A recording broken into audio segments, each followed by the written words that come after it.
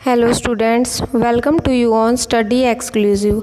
हमने जो सीरीज चला रखी है हिस्ट्री ऑफ इंडिया की, उसमें आज हम डिस्कस करेंगे गुलाम वंश के बारे में। पिछली वीडियो में हमने मध्यकालीन भारत के जो मोहम्मद गजनवी के आक्रमण थे भारत पर, जो अरबियों ने आक्रमण किया था वो, और मोहम्मद गौरी के आक्रमण, मोहम्मद गौरी के जो पृथ्वीराज चौहान के साथ युद्ध हुए थे, वो सब कुछ हमने पिछली वीडियो में देखा था।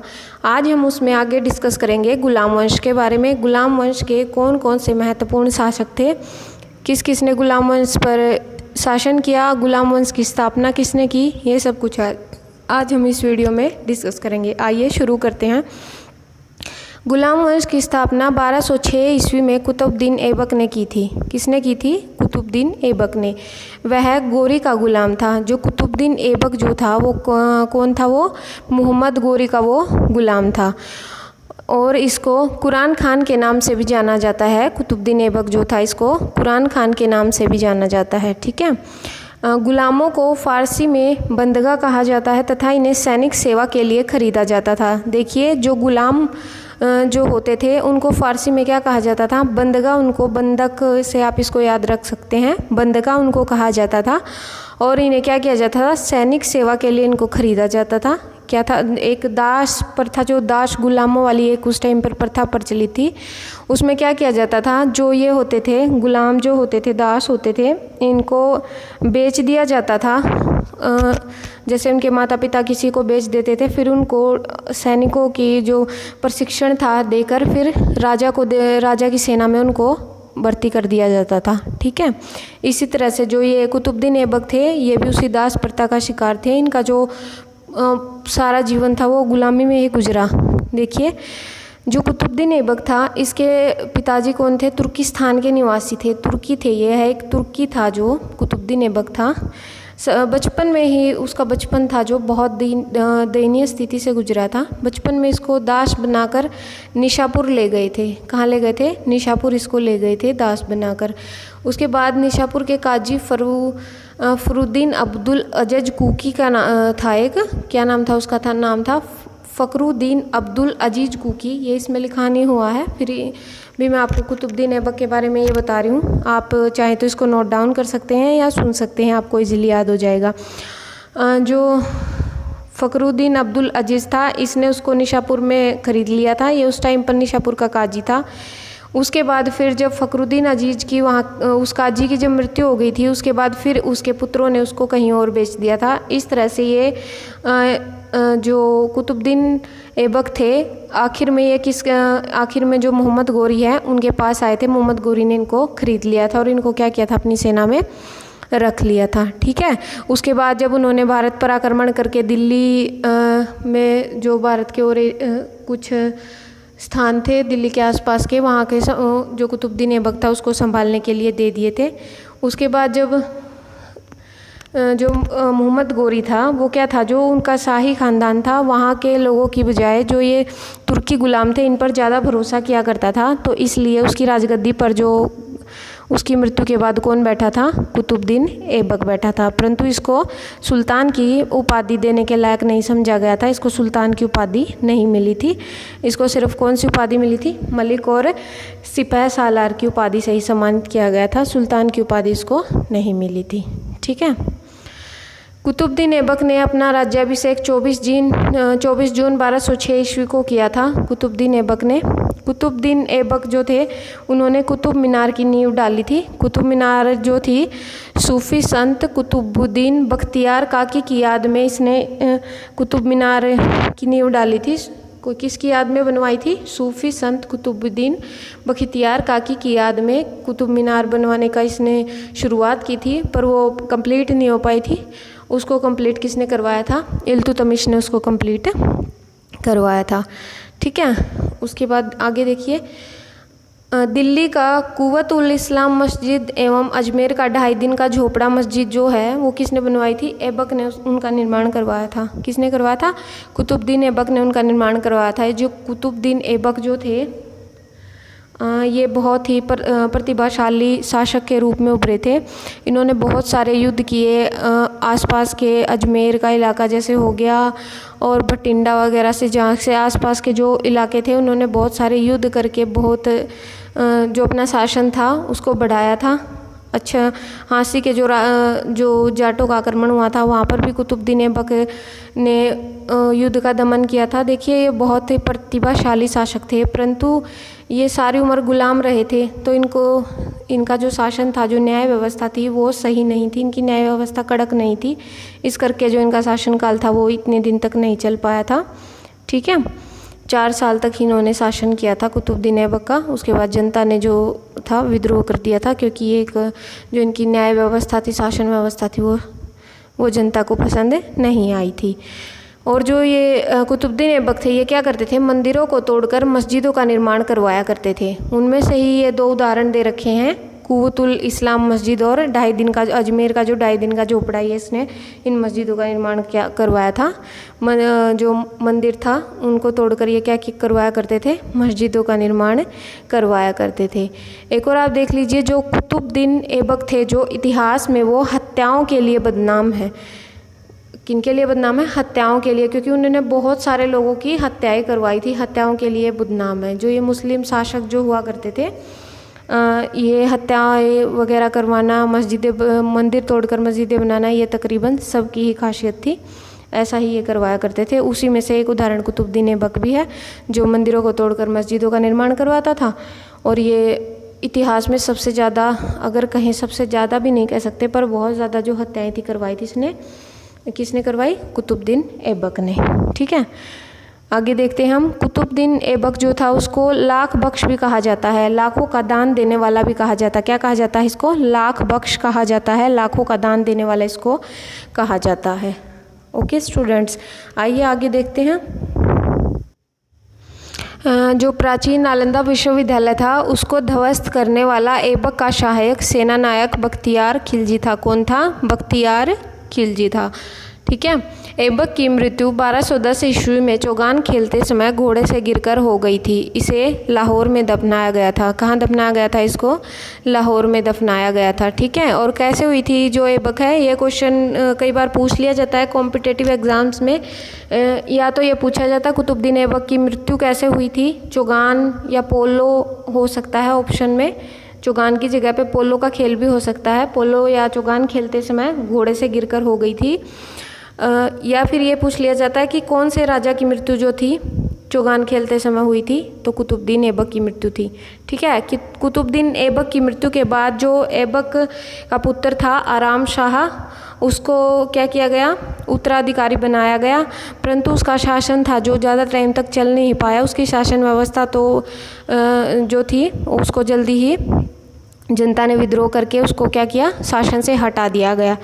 उसके बाद जो इल्तुतमिश जो था उसने जो आराम शाह था उसकी हत्या कर दी, क्योंकि इल्तुतमिश जो था वो कौन था? कुतुबुद्दीन ऐबक का गुलाम था और उसका दामाद था। ठीक है, तो उसने आराम शाह की हत्या कर दी। उसके बाद वो क्या किया? उसकी हत्या करके वो गद्दी पर बैठा। 1211 ईस्वी में दिल्ली की राजगद्दी पर कौन बैठा?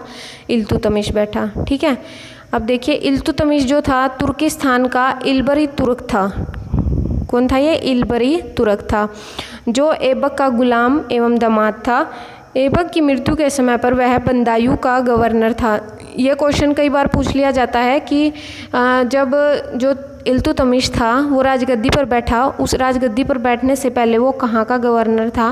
बंदायूं का गवर्नर था। ये बहुत सारे कॉम्पिटिटिव एग्जाम्स में पूछा गया है, आप ये ध्यान रखना। कहाँ का गवर्नर था? बंदायूं का गवर्नर था इल्तुतमिश राजगद्दी पर बैठने से पहले।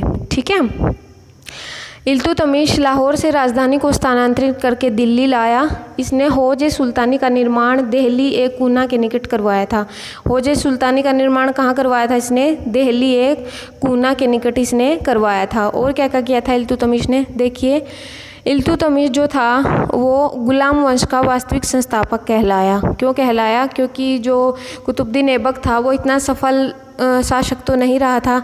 उसके बाद जो आराम शाह आया था, आराम शाह का शासन इतना लंबा चला नहीं था। उसके बाद जस्ट बाद इल्तुतमिश आया था, और इल्तुतमिश जो था उसने बहुत ही मतलब कानून जो था, कानून व्यवस्था को सुधारा, व्यापार को बढ़ावा दिया, और भी बहुत सारे कार्य करवाए। बहुत सारे युद्ध करके जो इनका जो एरिया था उसको भी बढ़ाया था। जो जनता थी वो बहुत ज़्यादा प्रभावित थी इल्तुतमिश के कार्यों से और बहुत चीज़ों का भी इसने निर्माण करवाया था। जो कई प्रणालियाँ थी जो जनता के हित में वो भी इसने उस टाइम पर लागू की थी। एक प्रतिभाशाली शासक बनकर उभरा था, इसलिए इसको क्या कहा जाता है, गुलाम वंश का संस्थापक कहा जाता है इल्तुतमिश को। जो वास्तविक संस्थापक किसको कहा जाता है, इल्तुतमिश को। अगर एग्जाम में आपसे पूछा जाए कि गुलाम वंश का संस्थापक कौन है तो कुतुबुद्दीन ऐबक बोलना है। अगर बोला जाए कि वास्तविक संस्थापक किसको कहा जाता है तो इल्तुतमिश को कहा जाता है वास्तविक संस्थापक गुलाम वंश का। ठीक है, और क्या कहा जाता है इसको, और कहा जाता है इल्तुतमिश को गुलामों का गुलाम कहा जाता है। गुलामों का गुलाम क्यों कहा जाता है, देखिए जो कुतुबुद्दीन ऐबक था वो मोहम्मद गोरी का गुलाम था। ठीक है, उसके बाद जो इल्तुतमिश था वो कुतुबुद्दीन ऐबक का गुलाम था, इस वजह से इसको गुलामों का गुलाम कहा जाता है। और इस वंश को जो गुलाम था कुतुबुद्दीन ऐबक उसने इसकी स्थापना की, इसलिए इस वंश को क्या कहा जाता है,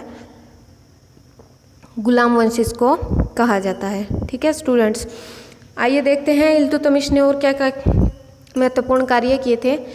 कुतुब मीनार के निर्माण को पूर्ण करवाया था। जो कुतुबुद्दीन ऐबक ने जो कुतुब मीनार की नींव डाली थी उसको किसने बाद में पूर्ण करवाया था, इल्तुतमिश ने उसको पूर्ण करवाया था कुतुब मीनार के निर्माण को। ठीक है, उसके अलावा सबसे पहले शुद्ध अरबी सिक्के जारी किए थे, चांदी का टंका और तांबे का जीतल। सबसे पहले शुद्ध अरबी सिक्के किसने जारी किए थे, इल्तुतमिश ने जारी किए थे सबसे पहले शुद्ध अरबी सिक्के जो थे। कौन कौन से थे वो, एक चांदी का टंका और तांबे का जीतल जो था वो इसने जारी किए थे। उसके अलावा इक्ता प्रणाली चलाई थी, इल्तुतमिश ने इक्ता प्रणाली चलाई थी। इक्ता प्रणाली क्या होती थी उस टाइम पर, इक्ता प्रणाली होती थी जैसे धन के स्थान पर तनख्वाह के रूप में भूमि प्रदान करना।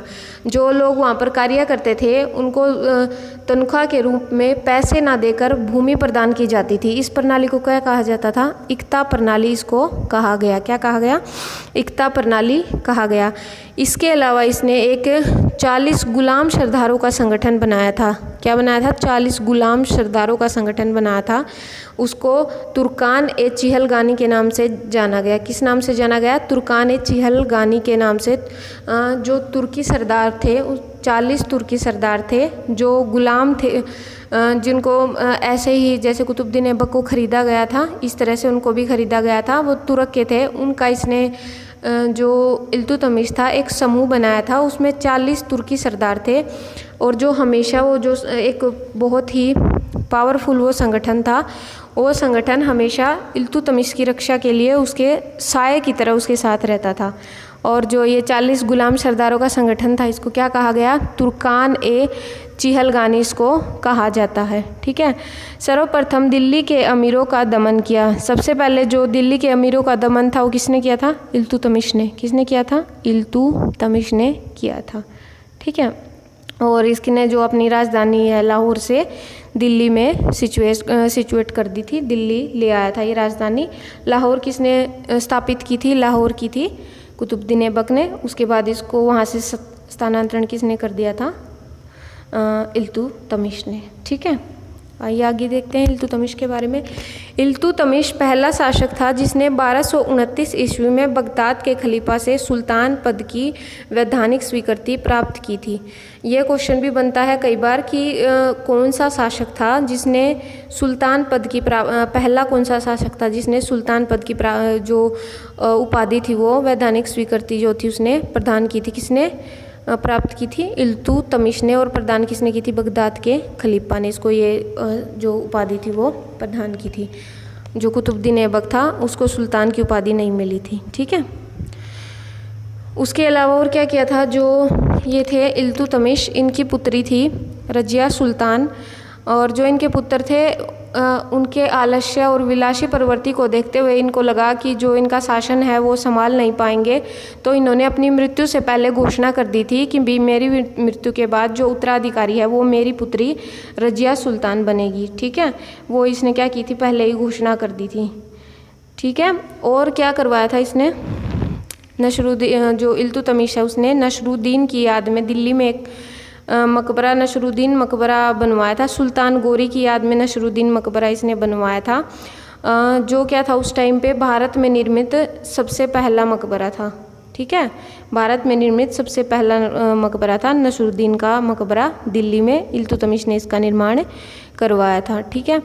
और ये उसके अलावा जो इसकी सबसे बड़ी घोषणा यही थी कि इसने अपनी जो पुत्री थी उसको उत्तराधिकारी के रूप में घोषित कर दिया था, क्योंकि उस टाइम पे जो महिलाएं थी उनको इतना उच्च दर्जा नहीं दिया जाता था, उनको उत्तराधिकारी बनने का अधिकार प्राप्त नहीं था। सबसे पहले इल्तुतमिश ने घोषणा की थी, तो ये एक बहुत बड़ी उस टाइम की घोषणा थी, ठीक है। इल्तुतमिश की मृत्यु जो थी अप्रैल 1236 में हो गई थी। कब हो गई थी? अप्रैल 1236 में इसकी मृत्यु हो गई, ठीक है। चंगेज खां से बचने के लिए ख्वारिज़म के सम्राट जलालुद्दीन को इल्तुतमिश ने अपने यहाँ शरण नहीं दी थी।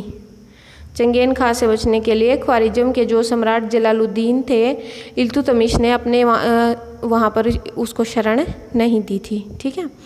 इल्तुतमिश के बाद उसका पुत्र रुकनुद्दीन फिरोज़ गद्दी पर बैठा। देखिए, इल्तुतमिश ने घोषणा की थी कि मेरी मृत्यु के बाद जो रजिया सुल्तान है, रजिया जो उनकी पुत्री है, वो राजगद्दी पर बैठेगी। परंतु जो कुछ उनके जो आसपास के जो सगे संबंधी थे, उन्होंने कहा कि भाई एक लड़की है, ये गद्दी पर नहीं बैठ सकती।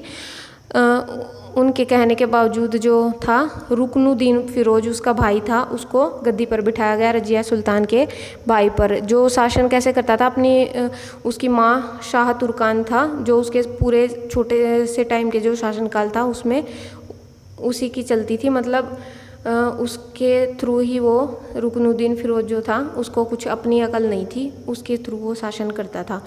वह एक बहुत ही अयोग्य विलासी प्रवृत्ति का शासक था, इसलिए उसका जो शासनकाल था वो ज़्यादा टाइम तक नहीं चला। जनता ने विद्रोह कर दिया। जनता के विद्रोह के बाद जो रजिया सुल्ताना थी उसको फिर क्या किया गया? राजगद्दी पर बिठाया गया, ठीक है। शाह तुर्कान के अवांछित प्रभाव से परेशान होकर तुर्की अमीरों ने रुकनुद्दीन को हटाकर रजिया को सिंहासन पर आसीन किया। इस प्रकार रजिया बेगम प्रथम मुस्लिम शासिका थी जिसने शासन की बागडोर संभाली। देखिए, जो शाह तुर्कान जो थी उसके जनता पर जो अवांछित प्रभाव थे उनसे परेशान होकर तुर्की अमीर जो थे उन्होंने रुकनुद्दीन फिरोज को क्या किया? शासन से हटाकर रजिया को शासिका बना दिया, ठीक है। अच्छा, एक क्वेश्चन और यहाँ से बनता है, जो रजिया बेगम जो थी प्रथम मुस्लिम महिला थी जिसने पहली बार शासन की बागडोर संभाली थी, ठीक है। प्रथम पहली मुस्लिम शासिका कौन थी? जो प्रथम थी वो मुस्लिम महिला शासिका कौन थी? रजिया सुल्तान थी। मुस्लिम महिला शासिका अगर पहली पूछा जाए तो रजिया सुल्तान थी। अगर प्रथम महिला शासिका पूछा जाए तो इससे पहले और भी रही हैं, पर ये प्रथम मुस्लिम महिला शासिका थी जिसने क्या किया था? शासन की बागडोर को संभाला था, ठीक है। उसके अलावा जो रजिया सुल्तान थी वो रजिया सुल्तान ने क्या किया था?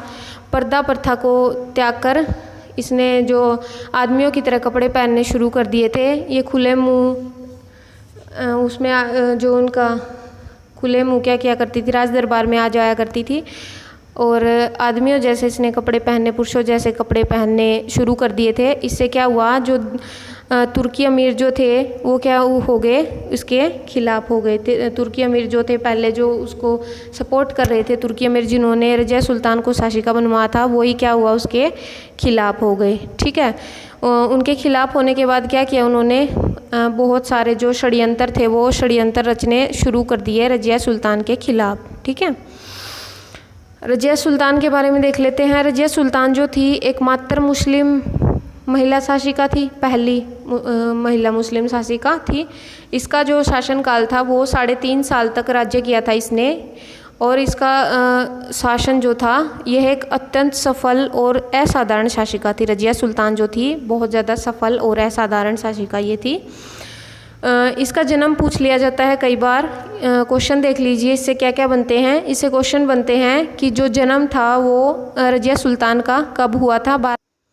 इसका जन्म जो है रजिया सुल्तान का 1205 ईस्वी में बंदायूं में हुआ था, ठीक है। और इसका राज तिलक कब हुआ था? 1236 ईस्वी में। एक पूछ लिया जाता है कि रजिया सुल्तान के पिता का नाम क्या था? इल्तुतमिश। क्या नाम था रजिया सुल्तान के पिता का? इल्तुतमिश था, ठीक है। और इसकी माता का नाम था कुतुब बेगम, ठीक है। क्या नाम था रजिया सुल्तान की माता का? कुतुब बेगम। ठीक है। और रज़िया सुल्तान जो थी उसने अपने शासनकाल में क्या क्या कार्य किए थे, उसने जो पूर्ण कानून व्यवस्था थी उसको लागू किया था। इसके अलावा व्यापार को बढ़ावा दिया, स्कूलों का निर्माण करवाया था, कुएं खुदवाए थे, पुस्तकालयों का निर्माण करवाया था, सड़कों का भी निर्माण करवाया था। और जो कला और संस्कृति के क्षेत्र में भी रज़िया सुल्तान ने बहुत ही महत्वपूर्ण बढ़ावा देने में महत्वपूर्ण भूमिका इसने निभाई थी। ठीक है, ये रज़िया सुल्तान के महत्वपूर्ण कार्य थे जो उसने अपने शासनकाल में किए थे। ठीक है, अब देख लीजिए आगे। रज़िया ने मलिक जमालुद्दीन याकूत को अमीर-ए-अखुर नियुक्त किया था। याकूत था एक हबशी था। मलिक जमालुद्दीन याकूत जो रज़िया का प्रेमी था, उसने इसको अमीर-ए-अखुर घोड़ों का सरदार का एक पद हुआ करता था जो उस टाइम का बहुत ही सम्मानित पद था, उस पर इसने क्या किया था, उसको नियुक्त कर दिया था। जिससे क्या हुआ था, जो तुर्की सामंत बनाने, जो गैर तुर्कों का सामंत बनाने के रज़िया के प्रयासों से जो तुर्की अमीर थे उसके विरुद्ध हो गए। जो ये था हबशी था, ये तुर्की नहीं था, तो जो तुर्क अमीर थे इस वजह से वो उसके विरुद्ध हो गए थे। ठीक है, और उसे बंदी बनाकर दिल्ली की गद्दी पर मुजुद्दीन बहराम को बैठा दिया गया। ठीक है, बहराम शाह जो था वो इल्तुतमिश का ही पुत्र था। इसने क्या किया, अल्तुनिया था जो रज़िया सुल्तान का बचपन का मित्र था, उसके साथ मिलकर उसने क्या किया था, रज़िया सुल्तान को बंदी बना लिया था। अल्तुनिया ने क्या किया था, रज़िया सुल्तान के साथ युद्ध छेड़कर उसको बंदी बनाकर जेल में डाल दिया था। उसके बाद बहराम शाह ने राजगद्दी पर बैठने के बाद अल्तुनिया को उसकी मर्जी के अनुसार पद पर नियुक्त नहीं किया, जिससे वह नाराज हो गया था और उसने क्या किया, फिर रज़िया सुल्तान को जेल से निकाल कर उससे शादी कर ली थी। ठीक है, अल्तुनिया से शादी करने के बाद रज़िया ने पुनः राजगद्दी पर प्राप्त करने का प्रयास किया था, लेकिन वह असफल रही थी। ठीक है, वह सफल नहीं हो पाई थी। रज़िया की हत्या जो थी वो 13 अक्टूबर 1240 को डाकुओं के द्वारा कैथल के पास कर दी गई थी। कब कर दी गई थी? 13 अक्टूबर 1240 में कैथल में इसकी हत्या कर दी गई थी रज़िया सुल्तान की। कैथल में एक मकबरा भी है जो रज़िया सुल्तान के नाम से है। कैथल हरियाणा में रज़िया सुल्तान का मकबरा जो बना हुआ है।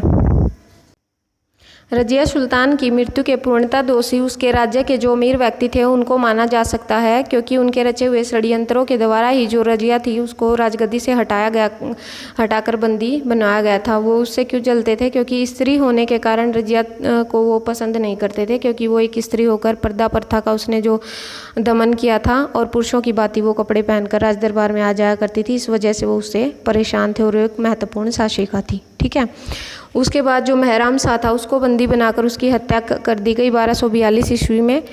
उसके बाद अलाउद्दीन मसूद शाह 1242 ईस्वी में क्या किया, दिल्ली का जो सुल्तान था उसको बनाया गया। ठीक है, ये बलबम ने षड्यंत्र के द्वारा 1246 ईस्वी में अलाउद्दीन मसूद शाह को सुल्तान पद से हटाकर नसरुद्दीन मोहम्मद को सुल्तान बना दिया। किसको बना दिया? नसरुद्दीन मोहम्मद। और जो ये नसरुद्दीन मोहम्मद था जो कौन था, वो जो ये था इसका दामाद था। इस जो बलबन था उसकी पुत्री का विवाह उसने करा दिया था। ठीक है, बलबन जो था उसका वास्तविक नाम क्या था? बलाउद्दीन था। वह इल्तुतमिश का गुलाम था बलबन। ठीक है, तुर्कान जिहलगानी का दमन भी जो अंत था, विनाश था, किसने किया था? बलबन ने। तुर्कान नामी जो जिहलगानी जो था वो क्या था? तुर्कान जिहलगानी था। 40 गुलाम सरदारों का संगठन था जिसका इल्तुतमिश ने निर्माण किया था। ठीक है, इसमें सारे जो थे गुलाम सरदार थे तुर्किस्तान के। बलबन 1266 ईस्वी में गियासुद्दीन बलबन के नाम से दिल्ली की गद्दी पर बैठा। यह मकोलों के आक्रमण से दिल्ली की रक्षा करने में सफल रहा। उसके अलावा जो इसने राज दरबार में सिजदा एवं पैबोश प्रथा की शुरुआत बलबन ने की थी। कौन सी थी ये सिजदा प्रथा? जो थी घुटनों पर बैठकर राजा के सामने सर झुकाना सिजदा, और पैबोश सुल्तान के कदमों को चूमना। ये जो प्रथा थी किसने चालू की थी? जो बलबन था उसने इनकी शुरुआत करी थी। उसके अलावा फारसी रीति रिवाज पर आधारित नवरोज उत्सव का भी प्रारंभ इसने किया था। और अपने विरोधियों के प्रति ये लोह एवं रक्त की नीति का पालन किया करता था। नसरुद्दीन मोहम्मद ने बलबन को उलुंगू खां की उपाधि प्रदान की थी। नसरुद्दीन मोहम्मद ने बलबन को कौन सी उपाधि प्रदान की थी?